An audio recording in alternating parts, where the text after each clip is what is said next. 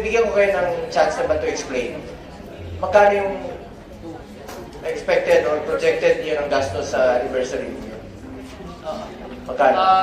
Mr. Chair, the initial proposal ay 138 million proposal. Initial. Para saan po yun, Mr. Chair? Anniversary na, ma'am. Anniversary po. Anong anniversary? 130 million pang anibersaryo?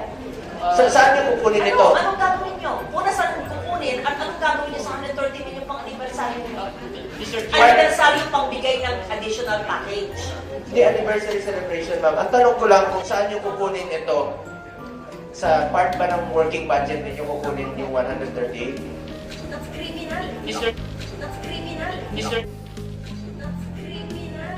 Mr. Chair, ito po ay again proposal pa lang Proposal, yan. kaya nga, kung matutuloy siya ito, saan ng board, kukunin? ay kukunin siya sa corporate operating budget. So part pa rin ng working budget ninyo. Yes po. Ilang pasyente ang matutulungan yan? Yan, ang pinapakompute ko sa inyo. Baka naman pag, you know the benefit of the doubt, Mr. Chair, anniversary budget, third year sa sila, 137 million, 138 million. Siguro naman, hindi naman yung Christmas party or celebration. Siguro naman hindi biyahe. Siguro naman hindi pagkain ng mga officers. Siguro, ito ay palaganap ng mga package, di ba po? Ano ba yung 138 million? Ma'am, Mr. Chair. Ano ba? Mr. Chair, sorry. Pakisagot lang, no? Yes. Yung 138 million, saan gagamitin at saan nanggagaling? Tapos balik sa tanong ko na yung 600 billion at 431 billion, hindi pa rin maliwanag kung pareho pa to o iba po. Mr. Chair, we'll just explain very quickly, just for the purposes of to expedite the discussion. What was approved by the board and what was decided in PhilHealth already is the budget for the 30th anniversary was brought down to a few 100,000 pesos only. So maybe we can just, to clarify everything, there's nothing, there's no hundreds of millions, there's no millions. So just so that we can continue with the discussion, please. What is this on the board? Yun ang tinanong ko kanina, sabi mo, you will explain it later. Yes. So nauna niyo pong sinagot yung mga tanong ni Senator Liganda kaysa sa mga tanong ko na hindi pa rin nasasagot until now. Pakisagot po na. So just to answer nga very quickly, Mr. Chair, we are only planning to spend a few 100,000 pesos for 30th anniversary. Yan lang po, wala pong mga excessive spending. So, ibig po. sabihin, Just to simplify the discussion. Projected pa lang ito. Actually, may mga proposals, but Hindi pa natutuloy. So good. Thank you for asking that. You're spending a few hundreds of thousands, but we see on the board, it is not consistent with what the CEO is saying. It's 137.7 million. It's 137.7 million. It's 137.7 million. What is this? An invention? A proposal of some brilliant person? Buti na lang, merong nagkontra at may board. Ano ba ito? Kailanite? Kailanite? Kailanite? Kailanite? Kailanite? Kailanite? And Sports Fest, 32 million and 13 million. Habang ang dami-daming nangangailangan ng healthcare. Anyway, erase na ito. Who's a smart person who did this? Mr. Chair, this was endorsed by a group inside PhilHealth. Sino yung grupo? You have to name the group because you have to enlighten that group. Kung hindi po dinis-approve ng board ito at hindi kami nanonood sa inyo, walang oversight function ang Senado, ang Congress, you could have because you're a GOCC. We don't watch you every day. Mr. Chair, Madam. Sino po ang brilliant na nagbigay nito? We have an anniversary committee.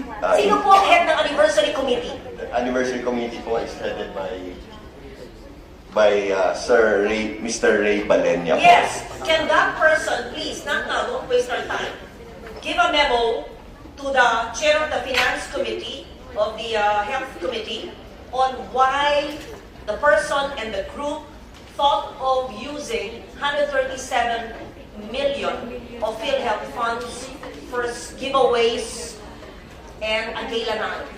We will submit, Your Honor, we will submit it within the day to Congress. No? A sports meet 2 years to the for Senate. 32 million and a gala night with PROs, I hope it's a GROs, at 13 million. And a gala night with HOs for not 4 million, blah, blah, blah. And, okay. We took and umbrellas for 7.9 million. We took and umbrellas for 7.9 million. We took and umbrellas for 7.9 million. What's this? Special tokens and umbrellas. Senator Lawrence, Ma'am, kasi may we lang po, the no? discussion, all of those. Kaya nga, projected o plano niyo lang po, kaya tanong ko lang naman po sa inyo kanina pa, kung sakaling natuloy po ito, ilang pasyente po ang makikinabang dito? Ilang pasyente po ang naghihingalo na matutulungan dito? Ilang buhay pa po ang masasalbag dito? Kaya sabi ko sa inyo, dito sa ating panggobyerno, parati isipin natin, konsensya.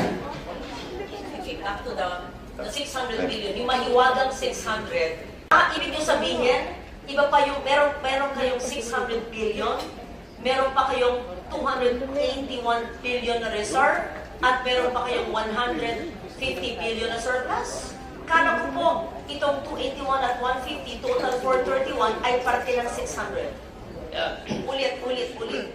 Ang pinagsimulan po natin, yung 600 billion na nababasa namin sa pahayagan at nang sinabi po ng DOH na meron po ang PhilHealth 600 billion cash. Kanina, isang oras na yata tayo, lahat ng kasama nyo, including ang CEO at yung abogado, sinabi na meron daw kayong 281 na reserve at 150 na surplus. Sabi nyo, CEO and attorney, parte ito ng 600B. Sinasabi po kayo ni Mr.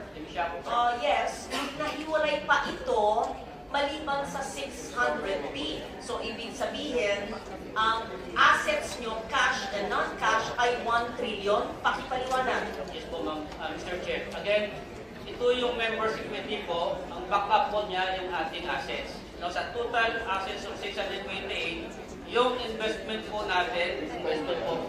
Kasi ang ating asset ay classified into two.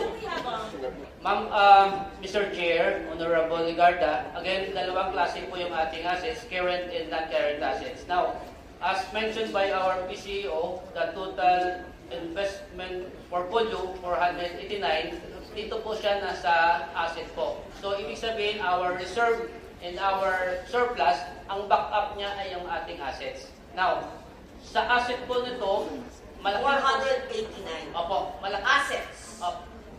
And these are current assets. Investment portfolio po yung Yeah, 489. 489. Investment portfolio. So, Ibig sabihin, ito po ay cash na ini-invest po ninyo para ini-invest po nyo sa bangko, sa financial institution na meron pong interest. Tama ba ho?